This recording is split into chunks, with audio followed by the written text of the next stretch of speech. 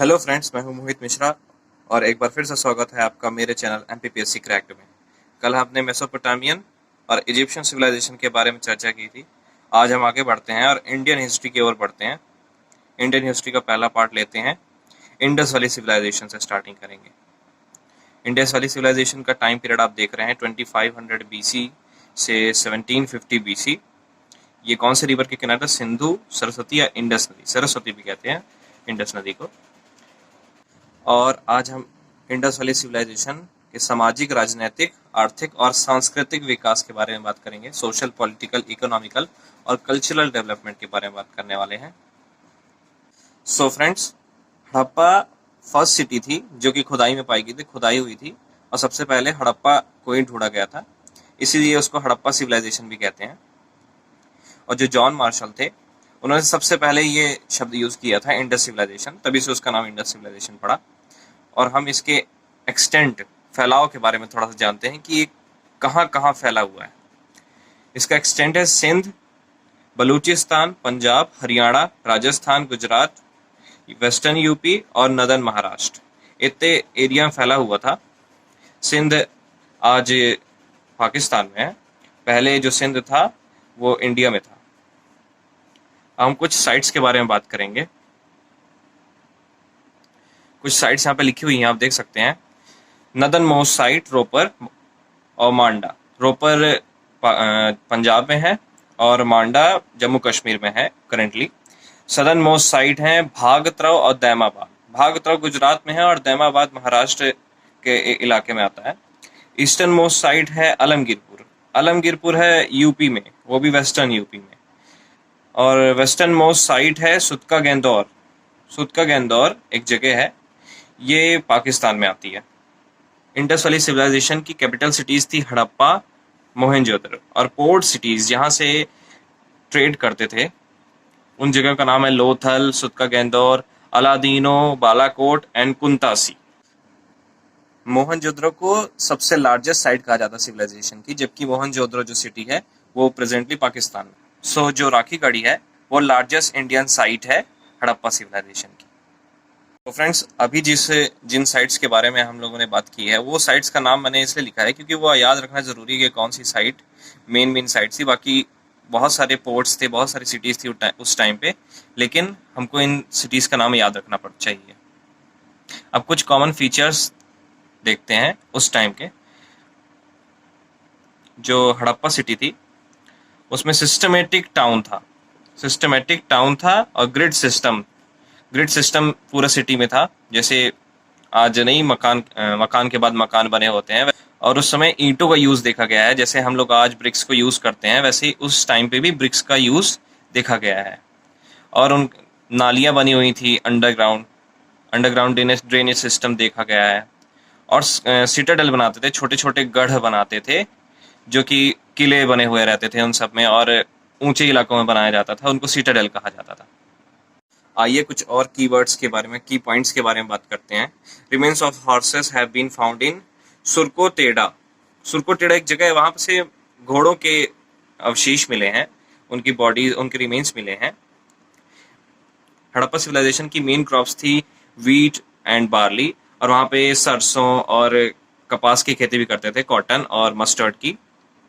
Indus people ही पहले थे जिन्होंने कॉटन उगाया था वर्ल्ड में। उस टाइम के कुछ एनिमल्स के नाम हम देखते हैं। Sheep, goat, bull, buffalo, dog, cat, pig, deer, tortoise, elephant, camel, rhinoceros, tiger etcetera. और उस समय के लोग लॉयन को नहीं जानते थे, यहाँ पर नहीं थे। मेसोपोटामिया में लॉयंस थे, इजिप्शियन सिविलाइजेशन में लॉयंस थे, लेकिन यहाँ इंडिया में उस टाइम पे इंडस सिविलाइजेशन में लॉयंस नहीं थे, तो इंडस सिविलाइजेशन के लोग लॉयन को नहीं जानते थे। इंडस सिविलाइजेशन में सबसे ज्यादा ट्रेड को महत्व दिया जाता था।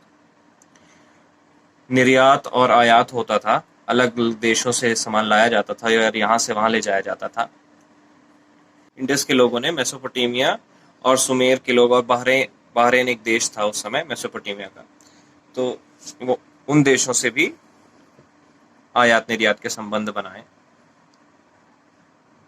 उस समय में इंडस वैली के लोग एग्रीकल्चरल गुड्स से जो भी खेती करते थे, जैसे बार्ली वगैरह एक्सपोर्ट करते थे, कॉटन का सामान एक्सपोर्ट करते थे, टेराकोटा के कपड़े बनाते थे और मिट्टी के बर्तन बनाते थे, उनको और कुछ कलर कलर वाले फूल उगाते थे, जैसे कि इंडिगो वगैरह, एवरी प्रोडक्ट्स जो भी होते थे। और उस समय पे आयरन के बारे में नहीं जानते थे इंडस वैली के लोग। सो उस समय पे कॉपर ही ज़्यादा चलता था, कॉपर ब्रॉन्ज, और उन्हीं का एक्सपोर्ट किया जाता था। मेसोपोटामिया के लोग जो थे सुमेरियन, वो इंडस वैली रीजन को कहते थे मलूहा। मलूहा कहा जाता था वहाँ पर। उस टाइम पे इंडस वैली सिविलाइजेशन के लोग कॉइन्स नहीं यूज़ करते थे, इसलिए वो बार्टर सिस्टम ऑफ एक्सचेंज पे यूज़ करते थे कि सामान का अदला बदली, जैसे सामान देते थे और सामान ले लेते थे। पैसे नहीं चलते थे उस टाइम पे। और लोथल ही सबसे पुराना पोर्ट है, वहीं से स्टार्ट हुई थी सबसे पहले एक्सपोर्ट इंपोर्ट। तो उस समय में वहाँ पर कोई भी राजनीतिक कार्य संभालने वाला नहीं था, और वहाँ पर ना कोई राजा रानी होते थे। तो वहाँ पे जो व्यापारी संगठन होते थे वही सारे राजनीतिक कार्यों को संभालते थे, और जितने भी राजनीतिक कार्यक्रम होते थे उनमें वही भाग लेते थे। सामाजिक और धार्मिक विषयों पर चर्चा करते हैं। वो मंदिर नहीं जाते थे, मंदिर बनाते नहीं थे, और सिर्फ वो मूर्तियों की पूजा करते थे। सिंधु नदी माता की, नेचर की पूजा करते थे। और जो मातृ देवी थी और शक्ति थी, माता शक्ति थी, वही उनकी देवी माँ थी। और जो पशुपति महादेव थे उन्हीं वही सभी जानवरों के भगवान थे। और वो शिवलिंग की पूजा करते थे, जानवरों की पूजा करते थे, और पीपल वृक्ष की पूजा करते थे, पीपल का जो पेड़ होता था उसकी पूजा करते थे। और जितने भी हड़प्पन स्क्रिप्ट लिखे गए हैं, कुछ फाउंड हुए हैं कालीबंगा से। कालीबंगा एक जगह है गुजरात में, वहां से फाउंड हुए हैं, और वो सब द्रविडियन लैंग्वेज में लिखे गए हैं। द्रविडियन भाषा में सारे हड़प्पन स्क्रिप्ट्स लिखे गए हैं। और हड़प्पन स्क्रिप्ट ही ऐसे स्क्रिप्ट हैं जिनको अभी तक डिसाइफर नहीं किया गया है, जिनका अनुवाद किसी भी लेखक या फिर किसी भी स्कॉलर ने नहीं किया अभी तक। और जो हड़प्पन स्क्रिप्ट है वो इंडियन सब कॉन्टिनेंट का सबसे पुराना स्क्रिप्ट है।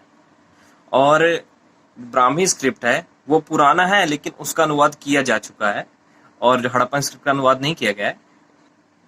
इंडस वैली सिविलाइजेशन के लोग सील्स यूज करते थे, इंपोर्ट एक्सपोर्ट में जो सील लगाई जाती हैं वो सील्स यूज करते थे। उनमें ज्यादातर में हम्पलेस बुल, जो जिसके कुबड़ नहीं होता बैल के, वो उसकी डिजाइन बनी रहती थी।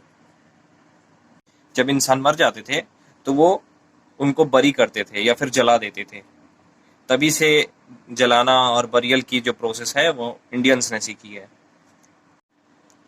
उस टाइम की कई गुफाओं में स्वास्तिक सिंबल भी पाया गया है, तभी से स्वास्तिक सिंबल जाना जाने लगा है। और काफ़ी समय तक ये सभ्यता चली, और फिर माना जाता है कि सूखे और बाढ़ से ये इंडस वैली सिविलाइजेशन खत्म हो चुका था।